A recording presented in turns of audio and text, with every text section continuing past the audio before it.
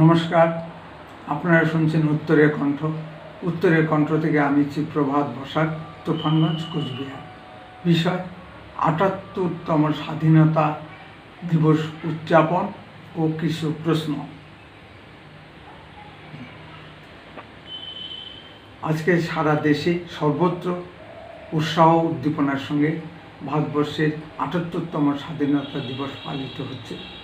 আমাদের প্রিয় প্রধানমন্ত্রী মাননীয় মোদিজি দিল্লির ঐতিহাসিক লালকেল্লার প্রাকার থেকে তার বক্তব্য পেশ করবেন। তিনি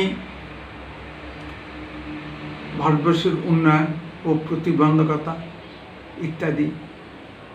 ইত্যাদি সম্পর্কে তার বক্তব্য বলবেন। সে যাই হোক, মোদিজির নেতৃত্বে ভারতবর্ষ এক স্থায়ী সরকার পেয়েছে এবং অতি দ্রুত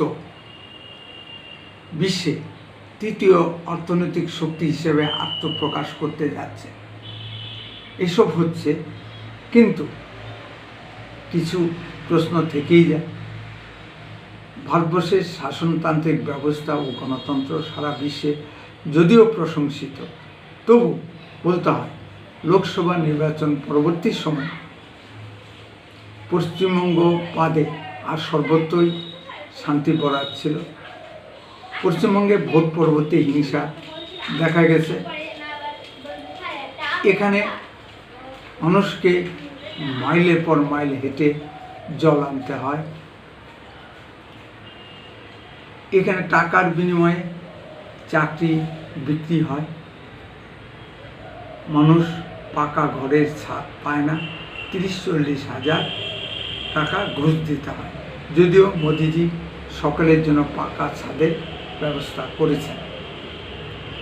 ভোট পরবর্তী হিংসায় দেখা যাচ্ছে ভারতবর্ষে গণতন্ত্রকে ভুলণ্ঠিত করে বিরোধী দল করার জন্য মহিলাকে উলঙ্গ করে রাস্তায় হাঁটানো হয়। যে সমস্ত অঞ্চল বিরোধী দলের অধীনে ছিল তাদের প্রধানদের অপহরণ করে নিয়ে জোরপূর্বক দল বদল করা হয়। বিরোধী দল করলেই তার হাত ঠ্যাং ভেঙে দেওয়া হয় এবং তার মেয়েকে রেপ করার হুমকি দেওয়া হয়। এই সমস্ত পশ্চিমবঙ্গের গণতন্ত্রের নামেও চলে। আরও ন্যক্কারজনক ঘটনা আমরা দেখছি, সেটা হলো হাসপাতালের ভিতর এক মহিলা ডাক্তারকে ধর্ষণ করে খুন করা হলো। পশ্চিমবঙ্গে ভোট লুট হয়, বাক্স বদল হয়, সঠিক জনমত প্রতিফলিত হয় না। সুতরাং